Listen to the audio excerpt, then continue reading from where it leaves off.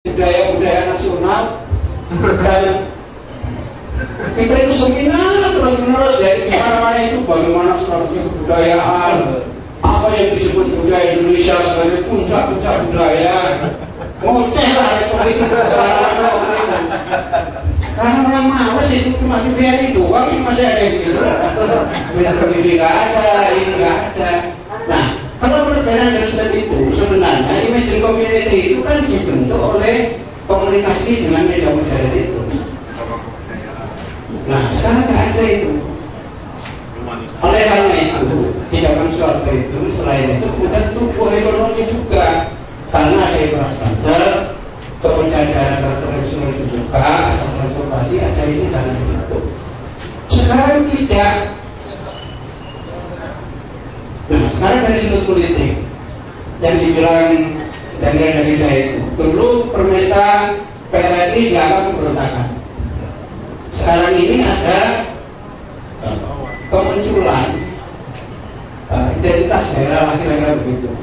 Tapi isinya itu lokal etno nasionalisme. Jadi orang itu merasa siapa yang menjadi tuan budaya di daerah ini, host culture-nya itu siapa? Kalau itu daerah suku tertentu, maka bupatinya harus dari suku itu. Tak boleh dong orang lain yang akhirnya aja pendatang tiba-tiba di situ. Akhirnya yang terjadi demokrasi kita, yang kita vote for violent untuk tawuran gitu loh. Kita milihnya itu untuk tawuran, karena gimana? Orang Banten saja sudah merasa merdeka setelah punya provinsi sendiri, merdeka dari orang Sunda. Orang Gayo itu sampai sekarang kepengen merdeka. Orang Madura itu kalau bisa juga bisa jadi provinsi sendiri gitu. Ini di Jawa Timur. Saya kalau bisa Lamongan Utara, Lamongan Selatan itu saya bisa. Jadi kalau ada Lamongan Utara, semua dia yang menang. Ini gimana? Kepeng-kepeng gini kok masih bilang ada bangsa itu bangsa apa? Nah, selain social justice itu memang sudah mempelajari soal indeks itu yang ada yang Pak Alif persoalkan. Di RPT itu kan cuma selisih 25.000. Indeks itu bisa naik turun gitu loh. Jadi kalau sekarang ditentukan misalnya indeks orang miskin itu berapa? 125 misalnya. Tiba-tiba naik 25.000 jadi 150, tidak miskin lagi dia. Dan 25.000 itu sebulan dimakan dapat apa gitu loh. Itu kan ini benar-benar menurut saya tidak bertanggung jawab. Yang mengelola mengenai bangsa dan kebangsaan ini bertanggung jawab. Nah, terakhir saya ingin mengomentari ini. Ini kan selalu jadi problem ya.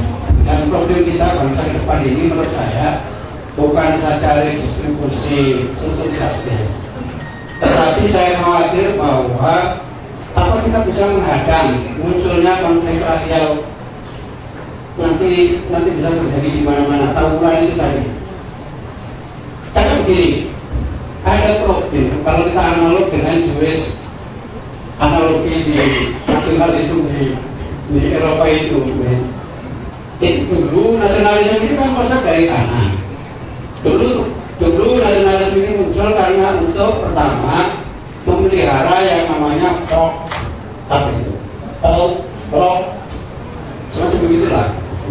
Jadi semacam suku bangsa-bangsa kecil lah, yang bangsa kecil. Yang kedua kan mengantisipasi tumbuhnya yang disebut sebagai mass society, sehingga nasionalisme itu muncul. Tapi di Eropa persoalan terbesarnya waktu itu kan kemudian ada yang namanya entrepreneur minorities, kayak Yahudi itu. Yahudi ini punya masalah karena dia ini minoritas, tetapi dia itu menguasai 3 hal di dalam era kapitalisme itu. Satu, dia inovatif di bidang trading. Yang kedua, inovatif untuk mengelola uang. Yang ketiga, di manufacture. Nah, ini sebenarnya analog dengan tumbuhnya kapitalisme di Asia Tenggara yang disebut Anthony Reid dengan munculnya peranan Chinese itu. Nah, kita kebetulan di Indonesia itu mewarisi politik kelas, sehingga yang muncul sekarang ini mal-mal itu wajahnya sipit. Ya. Jadi the rise of capitalism itu with apa? Chinese face lagi, pelan-pelan ngomongnya. Nah, kita tidak pernah membuka ini, menurut saya. Ini tidak untung buat orang Islam yang suka marah karena ketinggalan ekonominya, tapi juga merepotkan buat kawan kita yang Chinese ini karena mereka memang bukan pilihannya. Kebetulan Chinese ini beda dengan kita, orang Melayu yang malas. Mereka kan seperti Yahudi kan, karena ada dukungan dari kitab suci yang di Taurat itu lebih menghormati kekayaan, akumulasi kekayaan. Kalau kita kan tidak, kalau korupsi ada uang sedikit itu susahnya kosa. Kalau kita tidak punya pergaulan ini. Nah, civil society di Indonesia kalau Anda cek, kalau dulu betul bahwa munculnya pesantren yang kuat, masjid yang kuat, segala yang kuat itu karena ada haji-haji yang kaya, yang tanahnya luas. Sekarang haji-haji ini udah ada yang from habis tanahnya. Jadi siapa donatur dong yang bikin masjid, bikin sekolah Islam unggulan segala macam pesantren ini? Koruptor. Ya bukan dong, masa koruptor. Artinya koruptor yang salah gitu loh.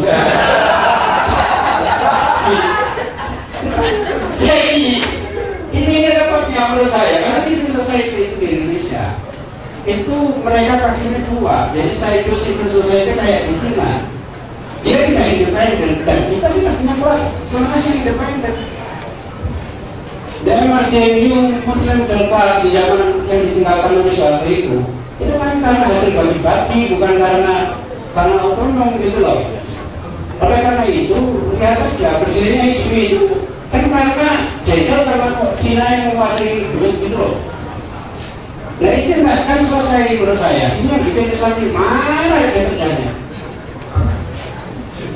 Bisa Nabi Ibrahim saya bilang bahwa itu kan dituturkan kembali berkali-kali.